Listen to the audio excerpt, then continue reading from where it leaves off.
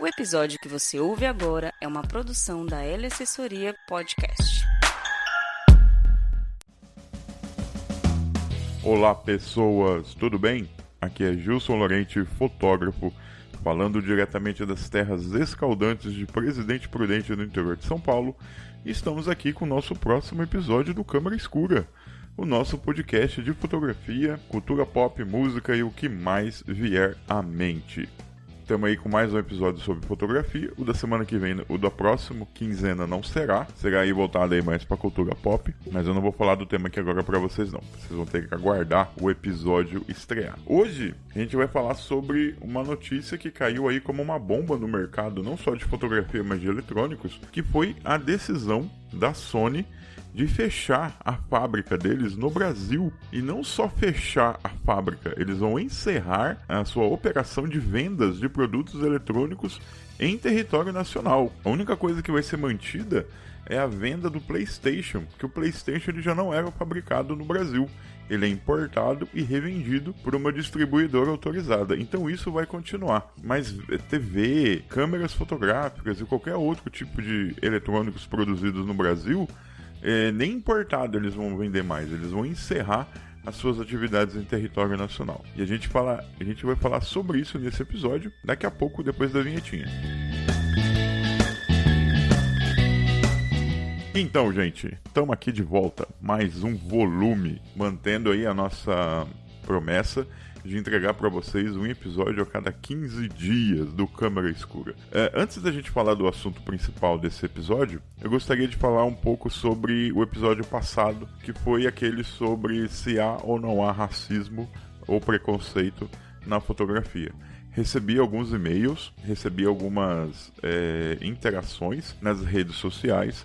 Algumas pessoas apoiaram o meu ponto de vista, porém tivemos algumas outras que simplesmente disseram que aquela minha visão sobre o assunto também prova que eu também sou racista, que eu também sou preconceituoso. Eles usam muito aquele conceito do racismo estrutural. Infelizmente, o que eu tenho a dizer a essas pessoas? Primeiro, elas não conhecem meu trabalho. Segundo, elas não conhecem a minha trajetória de vida. Elas não sabem como eu já trabalhei e como ainda trabalho com o pessoal do movimento negro. Por último, essa questão de racismo estrutural, infelizmente, está na genética humana a gente ter preconceito para aquilo que é diferente. Lembre-se, estou falando preconceito. Isso, na raiz da palavra, quer dizer o quê?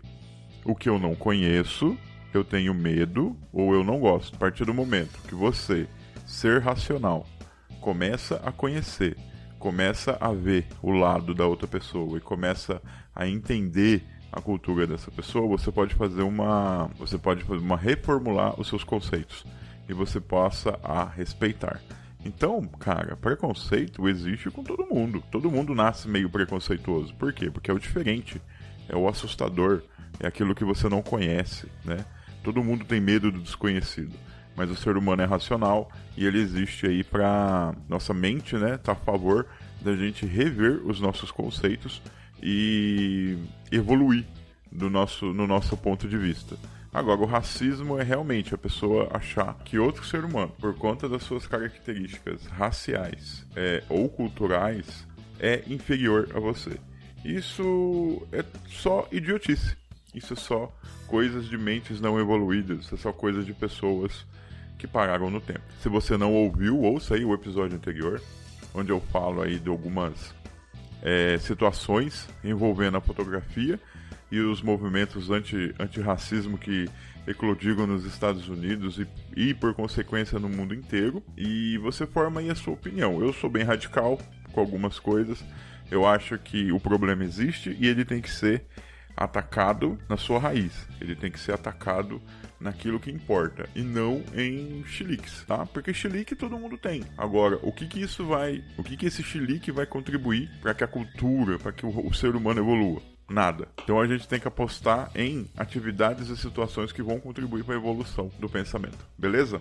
E aí, gente, o que aconteceu com a Sony? A Sony, essa semana, para quem vai ouvir esse podcast no futuro, estou gravando ele no dia 18 de setembro de 2020, A Sony essa semana lançou um comunicado em que eles anunciaram ao mercado brasileiro, aliás, o comunicado foi aos varejistas, eles estão comunicando ao mercado brasileiro que eles vão fechar a fábrica que eles têm lá em Manaus e eles vão deixar de atender o mercado brasileiro de eletrônicos. Televisão, DVD, Blu-ray, qualquer eletrônico que a Sony possa produzir no Brasil, inclusive câmeras fotográficas e lentes, vão deixar de ser vendidos oficialmente no Brasil. A única coisa que vai ficar é o PlayStation, porque o PlayStation já não era fabricado no Brasil, ele era importado por uma distribuidora oficial. Então, quem aí é gamer, o PlayStation vai continuar sendo vendido no Brasil, nas lojas brasileiras. Mas o que importa pra gente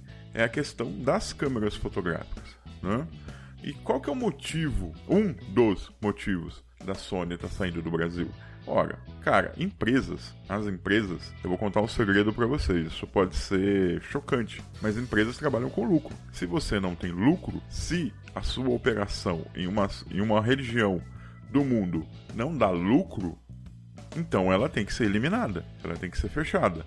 O que acontece com a Sony e acontecer também com outras empresas, tá? Outras multinacionais que estão no Brasil. Nós estamos com um dólar muito alto, nossa moeda está muito desvalorizada, isso é ótimo para quem vende para o exterior. Vemos aí a crise do arroz. Por que o arroz nacional, por que o arroz está caro no supermercado? Como o dólar está alto, muitos produtores preferem exportar esse arroz, ganhar em dólar, porque é uma vantagem, e o pouco que fica no mercado acaba subindo o preço. Normal, capitalismo. A gente vai atrás da oferta e da demanda. Então, mas no caso de quem produz em mercado nacional e depende de peças vindas do exterior, olha, a Sony pode montar a televisão no Brasil, mas essas peças não são produzidas no Brasil, elas vêm de fora.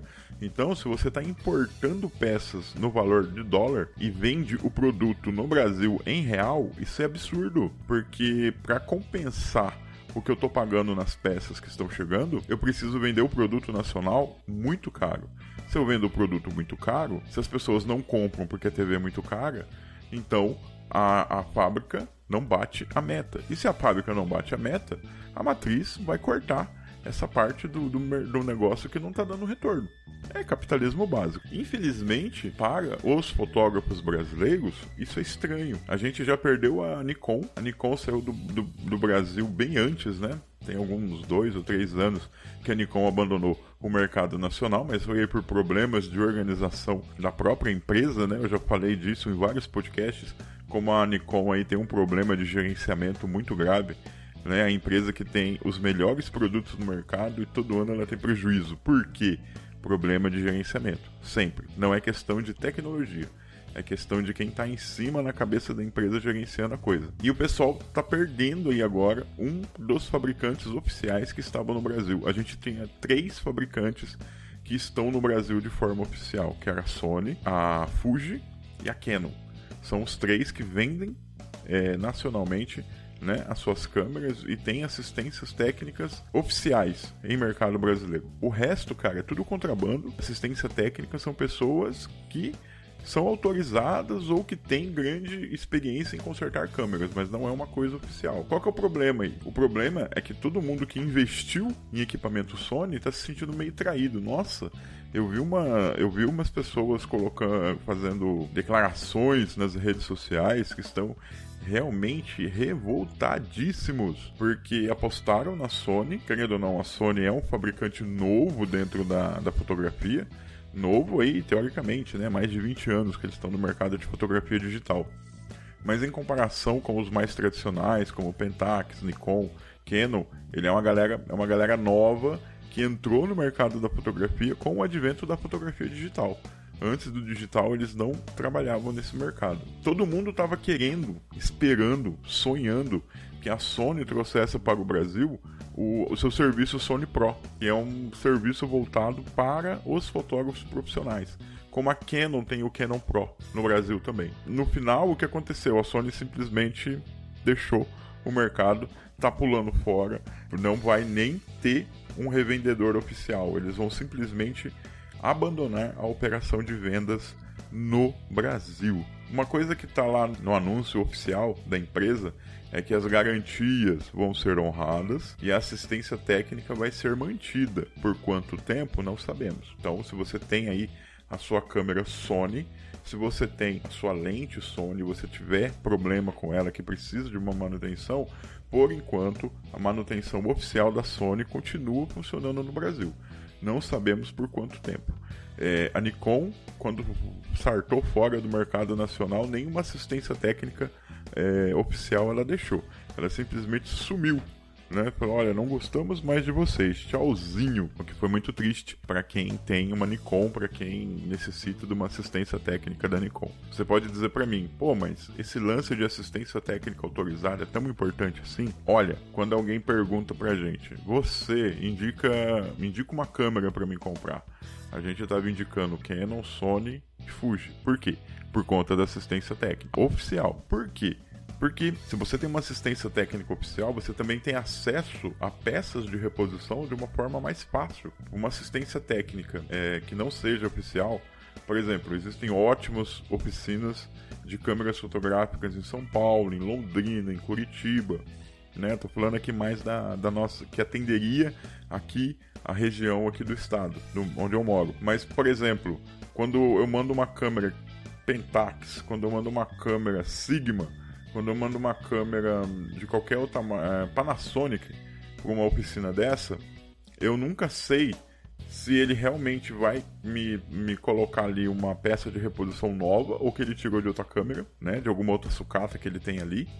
E quando a peça não existe, ele tem que importar essa peça. Demora 20, 30, agora com essa questão da pandemia, greve de correio, demora uns 30, 40 dias para chegar por um preço exorbitante. Então esse que é o problema da assistência técnica que não é oficial. Então a gente acaba indicando esses 3 equipamentos. Nikon a gente indica também por quê? Porque está tanto tempo no mercado brasileiro que tem muita oficina que se especializou em trabalhar com câmeras Nikon. Então não é tão difícil assim. Mas alguns anos atrás, por exemplo, você tem uma lente Sigma e você precisasse de uma manutenção, você estava lascado, meu irmão. Ninguém mexia nesse negócio. E uma coisa que você pode até colocar para o mercado de eletrônicos. Você vai ali no Paraguai, ou então você compra no Mercado Livre. A gente que gosta de música, né, tem uns receivers, que são aqueles amplificadores com várias entradas, né, que é indicado para home, né, para home music. O Denon é ótimo, ele tem um som maravilhoso, ele tem uma qualidade ótima. Ele tem uma resposta de grave nas caixas de som que é linda. Só que, deu problema, cara, joga fora. A não ser que você mora num grande centro, a não ser que você mora em São Paulo, por exemplo. Mas aqui no interior, cara, tu leva nas manutenções esses aparelhos e o pessoal abre e olha dentro, nunca viu aquilo, não sabe nem por onde começa. Então, eles simplesmente digam, olha, eu não vou mexer nisso aqui não, porque eu não sei o que é isso. E você vai mandar pra São Paulo um negócio que pesa 15, 20 quilos, né? Só o frete vai ser um absurdo e não tem... E mesmo assim não tem garantia de que vai ser consertado. Então é o perigo que você encara quando você investe em um equipamento que vem de fora, quando você investe numa marca que não tem uma representação oficial no Brasil, que não tem uma manutenção oficial no Brasil. Esse é um problema que você pode encarar. E pensando em Sony, cara, vou falar pra vocês, eu que sou velho aí na fotografia, eu comecei em 97, né? Então na época o que mandava ainda era a fotografia analógica, que o pessoal, esse termo analógico não é correto, mas falar fotografia analógica as pessoas entendem, né, que não é o digital. Eu estou falando ali das câmeras com filme fotográfico. Então quando eu comecei, era filme ainda. E eu vi esse começo da fotografia digital no Brasil. Óbvio que nos Estados Unidos aconteceu bem antes, né? Mas no Brasil isso começou a ficar forte ali no começo dos anos 2000, né, final da década de 90. A primeira câmera digital que eu tive foi uma Sony Mavica. A Sony Mavica, ela usava disquete para armazenar as fotos.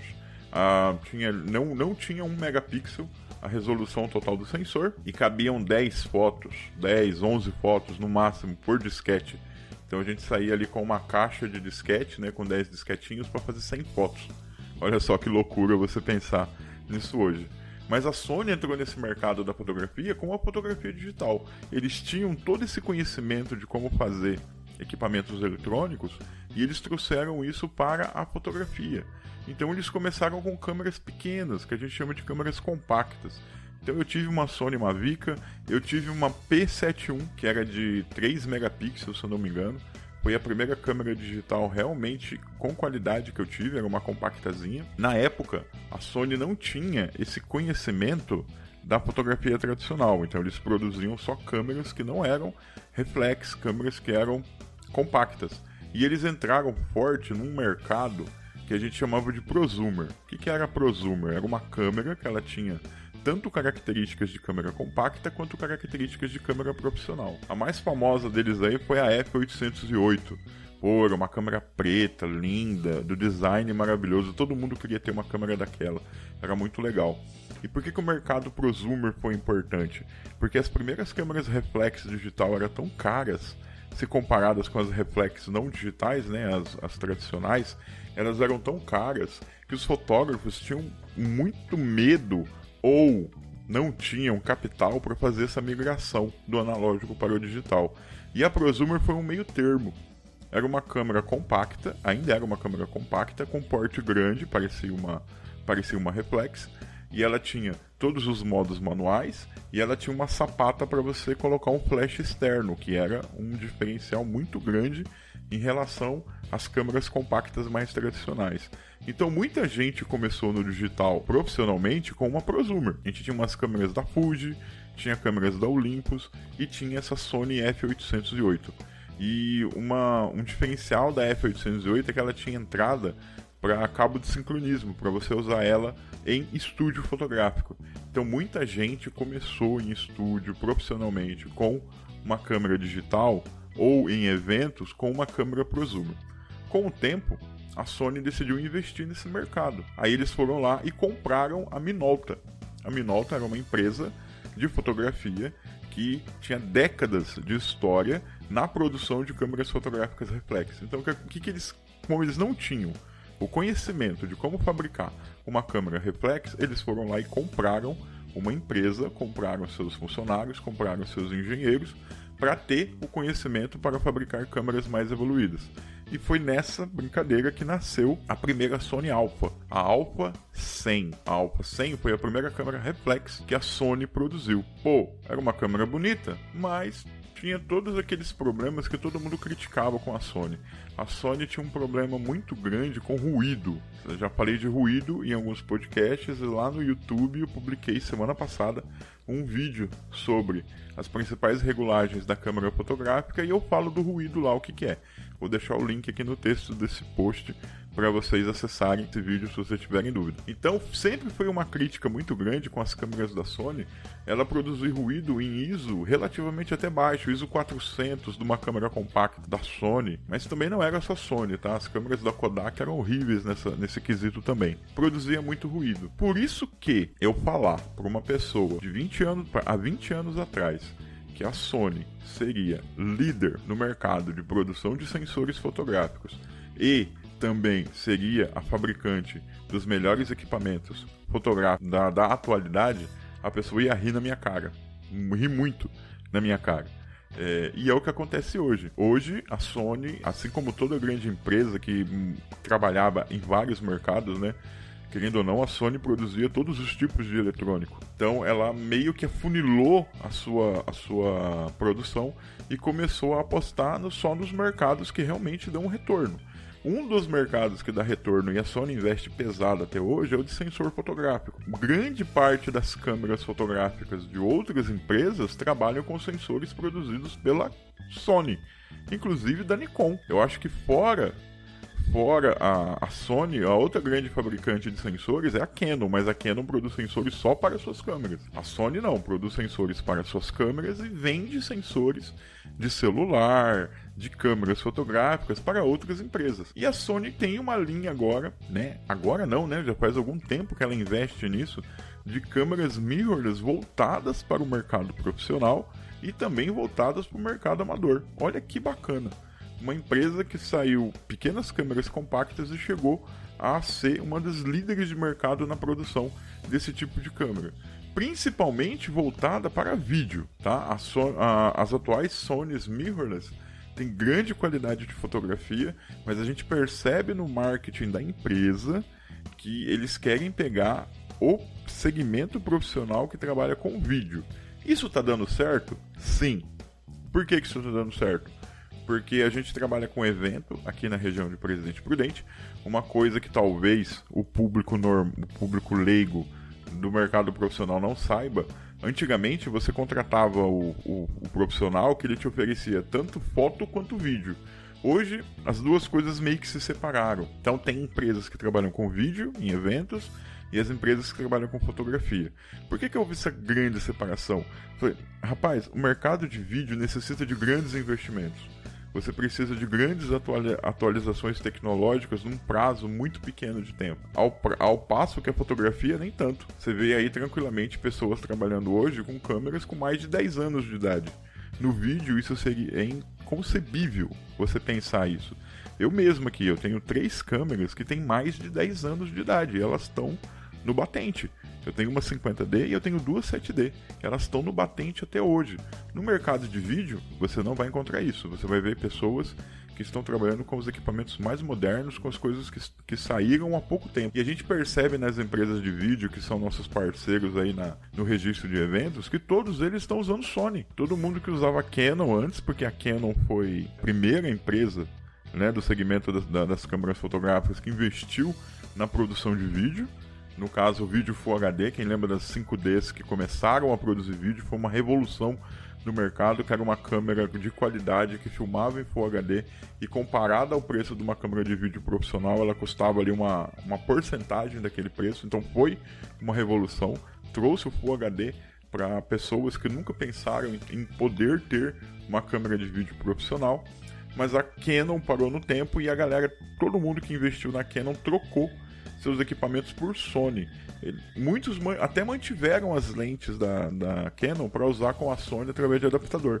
Mas a maior parte, digo hoje aqui que do vídeo profissional da região, 90% dos filmmakers trabalham com Sony. Olha só, falar isso 20 anos atrás, ninguém ia me bater, ia dar risada, ia achar que era uma grande de uma piada. E agora eles estão aí dominando o mercado, mas decidiram que o mercado nacional não é mais viável. Usuários Sony se sentindo traídos, reclamando, xingando, mas, gente, é a questão do mercado.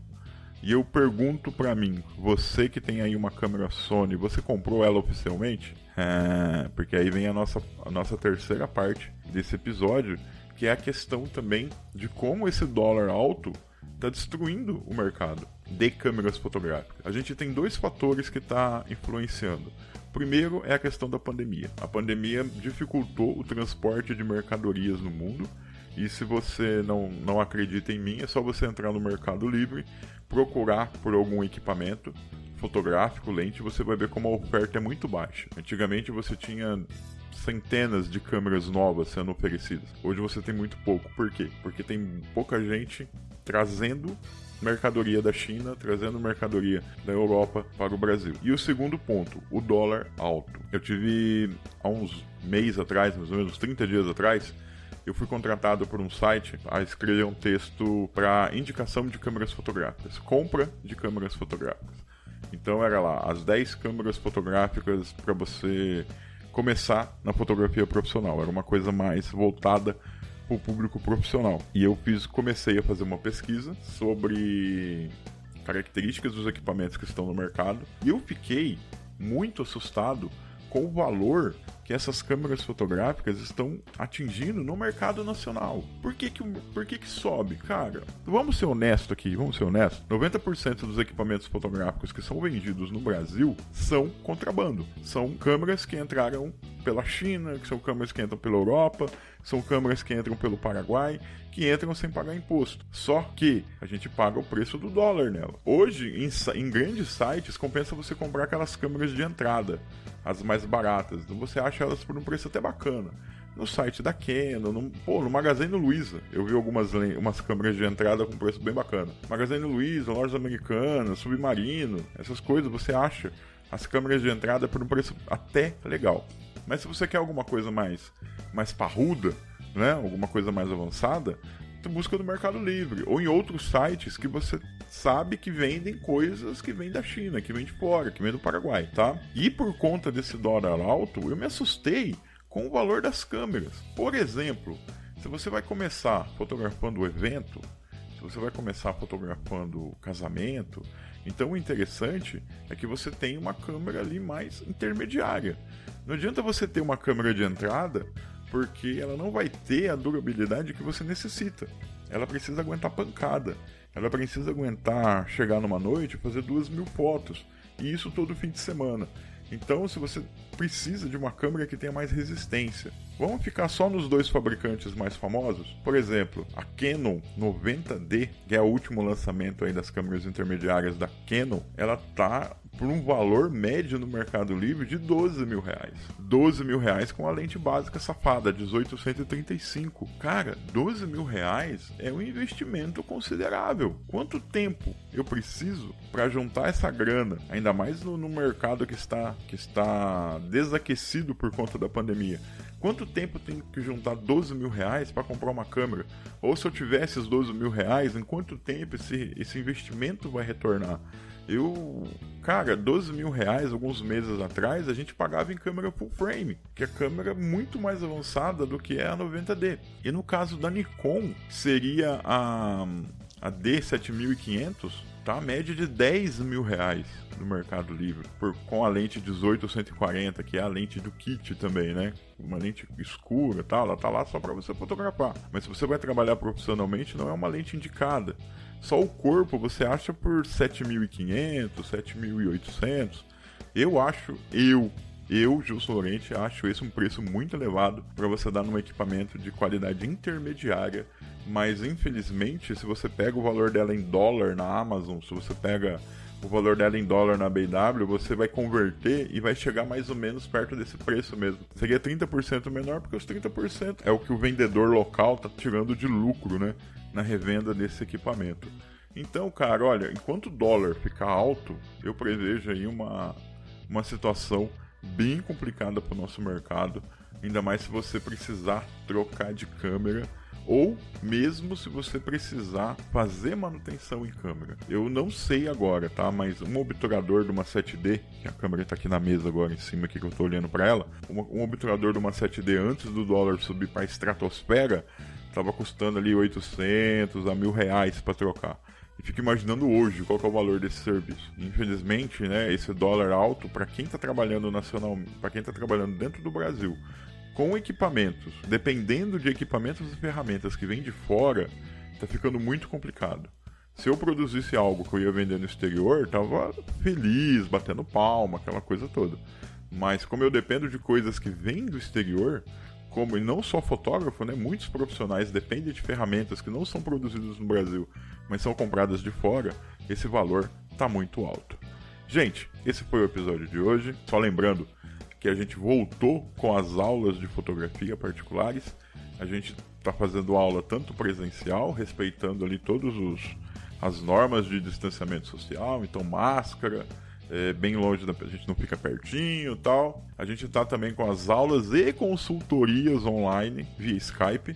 Se você é fotógrafo profissional, se você tem um estúdio e você está com alguma dúvida, você quer fazer alguma coisa, quer uma consultoria, entre em contato também que a gente agenda essa consultoria online para você. Também, se você quer levar para a sua cidade um curso de fotografia, entre em contato que a gente faz um orçamento de quanto que custa ficar aí o fim de semana com vocês, o sábado e domingo, ensinando fotografia para uma galera. Vocês podem ver o nosso contato aqui no post desse podcast, ou você pode ir lá no meu site www.gilsonlorente.com e clicar na abinha de contato.